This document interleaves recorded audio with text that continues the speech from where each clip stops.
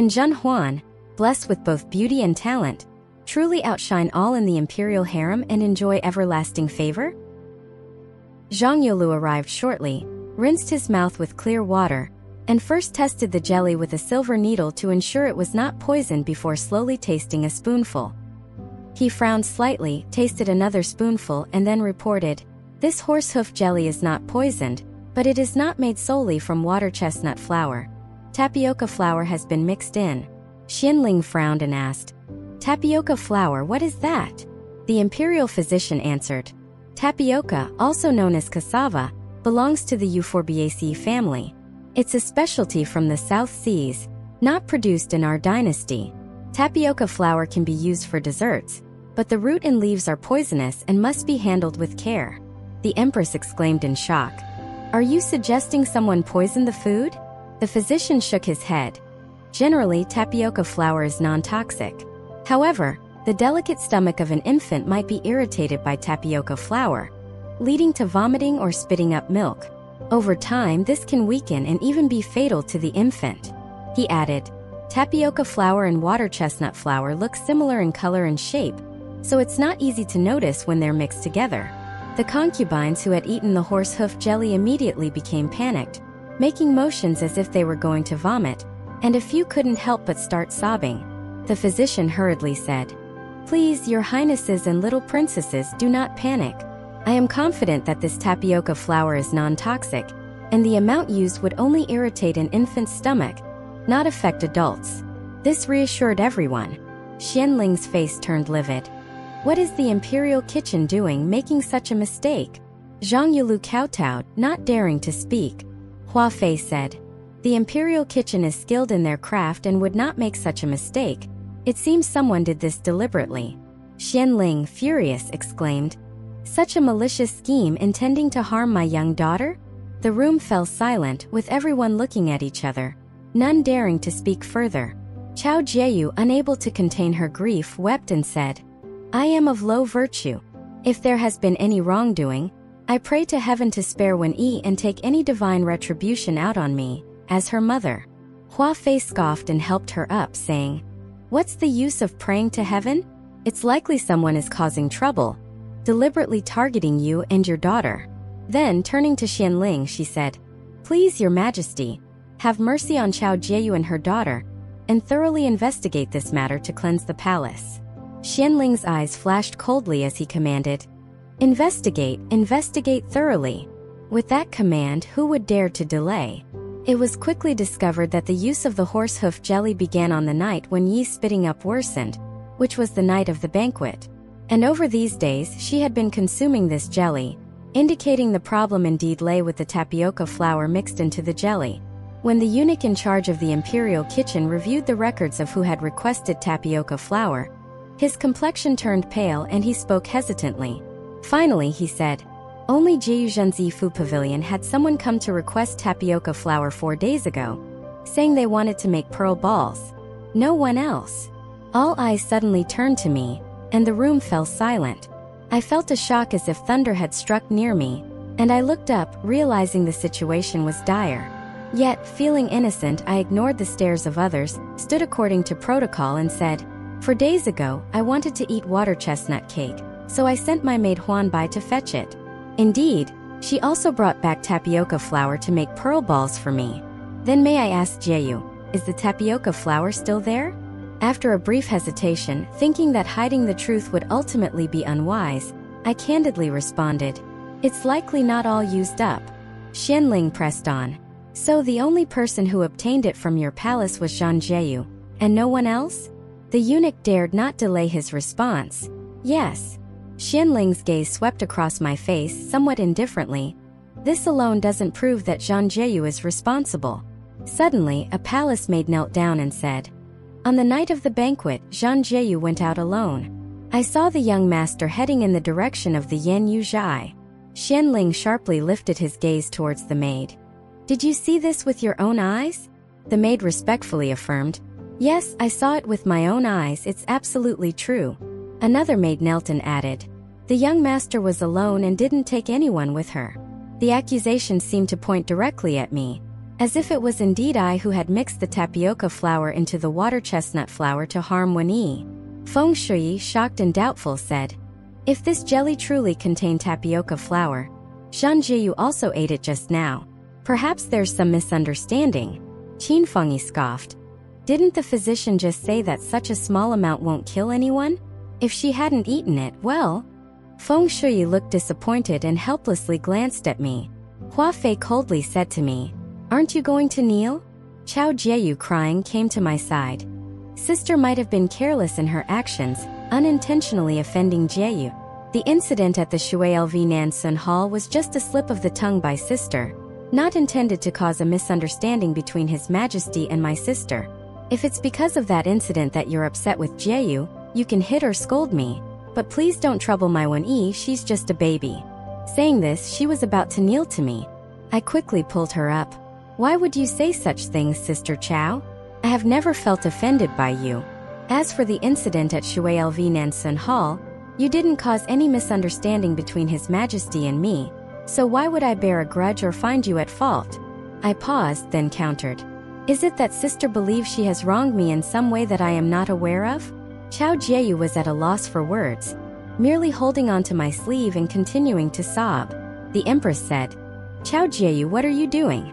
The matter has not yet been clarified, and here you are crying and sobbing. What kind of behavior is this?" Hua Fei spoke out. "In my view, it's not that the matter hasn't been clarified, but rather it couldn't be clearer. It seems the Empress might be intentionally trying to protect Zhan Jiyu by saying this." Faced with Hua Fei's disrespectful words, the Empress remained calm and slowly said, "Hua Fei, is this how you should speak to me? Or do you think your status as a concubine allows you to disregard me?" Hua Fei's expression darkened and she stubbornly said, "I did not mean to offend, but I can't help feeling pity for the suffering of the imperial daughter and feel it's unfair to Chao Jieyu." Turning to Xianling, she pleaded, "I implore your Majesty to make a decision." Xianling responded, "Even if you are concerned for Wen, you must respect the Empress, who is the master of the harem." Then looking at me, he said, "Say whatever you want to say." I slowly knelt down, looking up at him with a calm expression. "I have not done such a thing, nor would I ever do such a thing." "Then that night, did you go out alone to Yan Yuzhai?" "I did pass by Yan Yuzhai, but I did not enter." Hua Fei indifferently said, "On the night of the palace banquet, most of the maids and eunuchs from Yan Yuzhai were attending outside the Fulai Hall, and the remaining servants were likely taking their leisure, not paying attention to whether you entered the kitchen of Yan Yuzhai. But apart from the imperial kitchen, only your Ifu pavilion had tapioca flour, and there were maids who witnessed you heading towards Yan Yuzhai. Your departure and then the princess's reaction cannot simply be brushed off as a coincidence."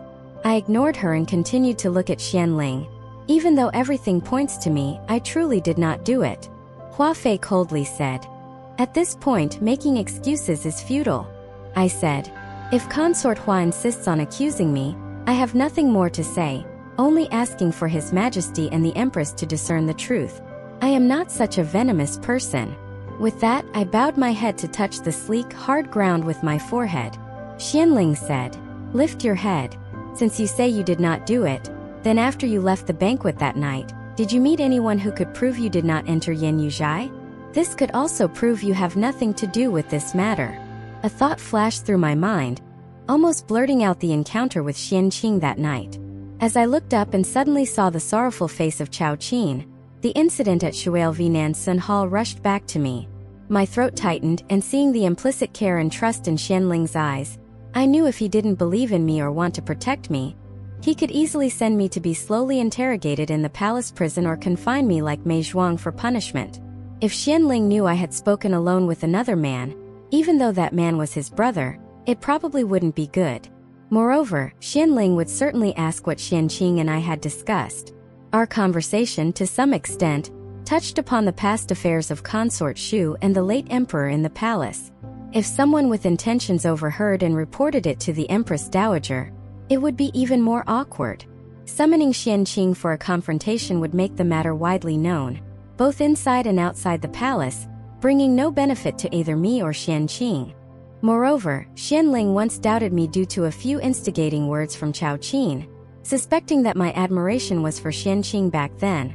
Bringing up the past would only lose the trust Xianling has in me, which is the only thing I can rely on to protect myself and clear my name.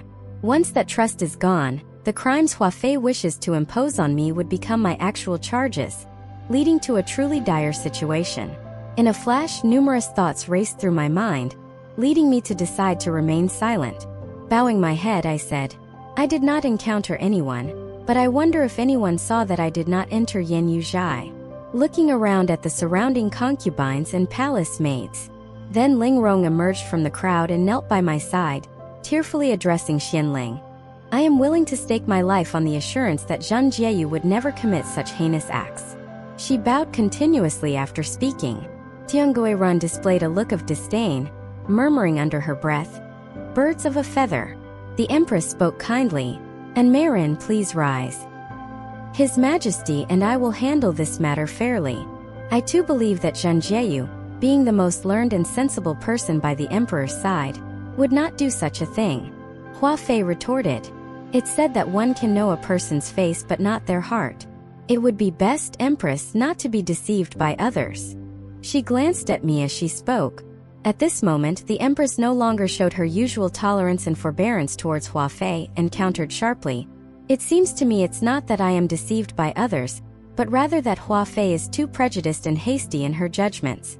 Xianling sternly said, "When I ask a question, you all have more to say than anyone. It will only be quiet once you all leave." Seeing Xianling's demeanor, the Empress immediately apologized, and the other consorts and palace staff knelt down, begging for his calm. Xianling then said to me, "Think carefully again. If you remember anyone who can prove you didn't go to Yanyu Zhai, tell me." Kneeling on the hard marble floor, my knees ached as if tiny insects were biting up my calves. The floor, smooth as a black mirror, almost reflected my pale face from kneeling so long. Sweat beads trickled down my temples, dropping onto the floor with a drip-drip sound, splattering into irregular circles. After much reflection, I still shook my head. I knew Xianling wanted to help me, but using my palace maids as my alibi could lead to accusations of them protecting me, potentially implicating them as well. Moreover, I was indeed alone that day. If my lie were exposed, it would only confirm the accusations against me and possibly add the charge of deceiving the Emperor, leaving even Xianling unable to protect me. Xianling sighed deeply, remaining silent for a moment before saying, "In that case, I have no choice but to confine you for now until we can figure this out." Feeling a bit dizzy, my body swayed slightly but was steadied by Ling Rong beside me. He looked at me firmly. "Trust me, I will get to the bottom of this. No one should be wrongfully accused. That's what you told me." My heart warmed and I struggled to suppress the tears welling up in my throat, looking up at the red dragon on his robe, breaking through the clouds, and said, "Yes, I believe." Follow us to avoid getting lost and enjoy endless exciting stories. For more content, please go to the Story Wall homepage to view more exciting novels.